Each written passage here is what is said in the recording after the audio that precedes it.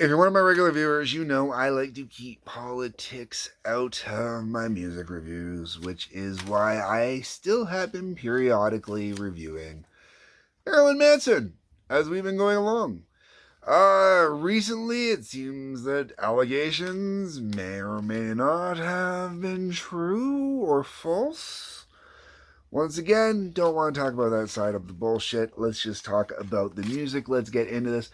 I am talking about Marilyn Manson's Portrait of an American Family, and as a little bit of an extra, some little fun, I'm going to throw in the Lunchbox Single. I have had both of these forever. They've traveled a lot. They've gotten beaten up. Let's start with the core album here first, and then we will get into the single afterwards. All right, so we got Prelude, The Family Trip, where this is basically a take on Willy Wonka's little spiel as they are going down that little insane tunnel in Willy Wonka and the Chocolate Factory, the Gene Wilder rendition, where there's no earthly way of knowing in which direction we're going. Okay, so this is Manson's take on it. Um, I really hate how much Willy Wonka stuff Manson used to put into his stuff in the beginning. I get it because some of you may not know, but originally, right before this, it was actually Marilyn Manson and the Spooky Kids. And as part of the Spooky Kids gimmick, I liked it. It makes sense that they would do that, kind of playing up that kid thing. You know, if you see pictures of the band from back in the day, they definitely, dressed a lot more like baby doll dresses, stuff like that. You know, a bunch of guys doing this stuff. Anyways, um, where I'm going with that is it worked from the Spooky Kids kind of stuff, but basically there's a reason it was dropped pretty quick after this because it really was kind of drawing too much out of the childish part, and you kind of do want to separate kid stuff from this to a degree, you know what I'm saying, with a lot of the drugs and everything else that's in here. And speaking of why you want to separate, next song, Cake and Sodomy. I'll be honest, I still love this song to this day, man. I still love that chorus of white trash, get down on your knees. Time for cake inside of me. Um, really, Jerry Springer, okay? This Cake and Sodomy to me is basically Marilyn Manson watching a whole lot of Jerry Springer and commenting on the content of the people on Jerry Springer. You know, it's definitely a look at the white trash pornographic lifestyle, we'll call it. And the truth is, it was accurate to the white trash mentality of the time, man. Not that that whole time was white trash mentality, but that's basically the de-evolution of a higher quality of entertainment definitely came about through stuff like Jerry Springer in the 90s and the explosion of porn being more than just something that you watch at home, and porn stars becoming these things in Hollywood and whatnot. It kind of all goes with that. And that's kind of where Cake and Sodomy, really heavy social commentary for Manson, kind of in its own little way, especially for back in these days. Then you got Lunchbox. I love Lunchbox, and I will admit, played Lunchbox live, man. Used to jam it out back in the early 2000s with some guys that I was playing with. I mentioned my buddy Drew a lot. I mentioned his brother Matt. We were playing in a band, had another vocalist come in at the time to do the vocals. We had a really good time with it. It was really good. I wish we had a recording of it from back in the day just because it was a lot of fun. Lunchbox is just one of those great songs. It's got a great groove to it, a great riff to it. The drums are a little funky, a little fun.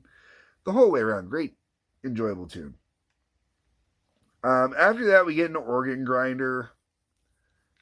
It's not really a memorable bit track at all. At all.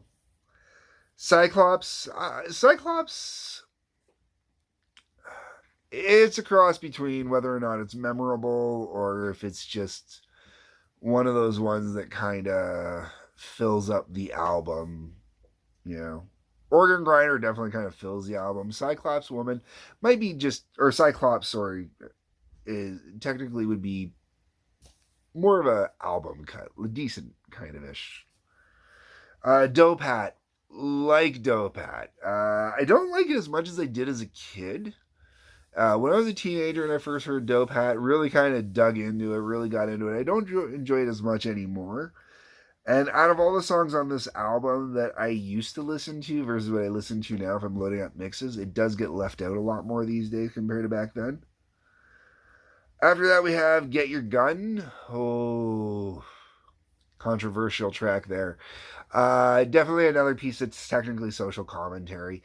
Uh, this is even before all the Columbine bullshit and all that stuff.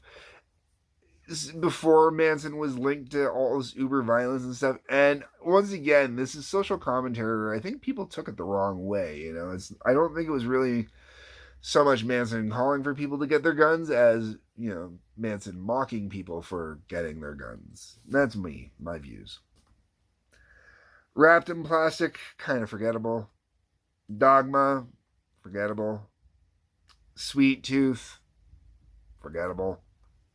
Snake Eyes and Sissies, love this one. Love this one mainly for the drumming, but the whole way around, this is actually another song I would cover from Manson in a heartbeat without a second thought. This is just a really good, fun song. Just a lot of cool mojo in it the whole way around as far as I'm concerned. My Monkey was huge back in the day. I remember how huge My Monkey was. And I never understood why. I remember people going nuts over My Monkey, and it was basically just because of the vocal effects that were on there, I assume. I just, it never did anything for me, and it's not a bad album cut. It really isn't. You know, like if you're going through listening to the album, it actually kind of moves the album along nicely. But it's just not that great. Not like back in the day when people made it out to sound like or whatnot. And then you've got Misery Machine finishing up the album, which finishes up the album. Yeah. The whole way around, if you can find this album cheap, you know, used copy for a decent price, or even a new copy for like $10, would I recommend picking it up? Sure, why not? All politics and BS aside, okay? The reality is, this album is not Manson's best work, but it definitely shows you the beginning, and you definitely hear a couple really good choice tracks on there. So, like I said, you know, it's not a bad album to pick up. I wouldn't recommend it for everybody. If you're getting into Manson, is definitely not the album I'd recommend using to get into Manson. I didn't get into Manson off this album. I actually had to go back and pick this album up later. I didn't honestly. It took until Mechanical Animals for me to honestly get into Manson, and then I started getting into some of the back catalog. And that is around the time where I started picking up things like Manson's Lunchbox Single. Now, I picked this up used. I don't remember what I paid for it. I probably paid $6-7 back in the day. As a single, as something that's going to be hard to get, am I happy that I picked it up? Sure. Do I really care about it that much? Well, I really should replace the cover. I do have cover replacements. Now, I'm going to show you the inside cover because you don't actually see anything, but as you can see, you know, that inside cover is disturbing. And I think this was the reason why a lot of people didn't pick up the single, is because of the disturbing picture on the inside, or a lot of people picked it up because of the disturbing picture on the inside. I don't know. For me, I picked this up for the song Down in the Park, okay? So basically what you got is you got track 1, Lunchbox, track 2, Next Motherfucker Remix, track 3, Down in the Park, track 4, Brown Bag Remix, track 5, Metal Remix, track 6, Lunchbox High School Dropouts. They're all Lunchbox except for Down in the Park. Just different mixes of it. And as much as I like Lunchbox, I don't give a shit about any of the other remixes. I really don't. I don't No, they're just whatever. You know, it's Trent Reznor and Marilyn Manson pretending they're cool and let's remix everything. And yes, that's exactly how I look at it. And Down in the Park, though, was actually a good tune. It's actually enjoyable. It's really fun to listen to. It's one of those songs that I know has been lost over the years with Manson, but it is one of those songs I highly recommend checking out. So, at the bare minimum, if you can find a copy of this to get Down in the Park, if it's not available through one of the streaming services, then pick this up just to get Down in the Park. I don't think you should pay like top dollar for it. I think me paying $6 for it was a little much, but I also come from the age of CD, not from the age of download, so you had to pay for your singles. Anyways, folks, that's it. The early days of Manson. Done later days, thought I should start out some early days stuff. We'll move along as we go along. Thanks for watching. Let me know in below what your comments are. Let me know what you think. I know some people will definitely have different views of Portrait than I have. That's what the comment section is for. Let me know. On your way down there, you will see a link that will take you to Patreon. Please. Like button, the subscribe button, bell for notifications. Please click those. Peace, love, take care.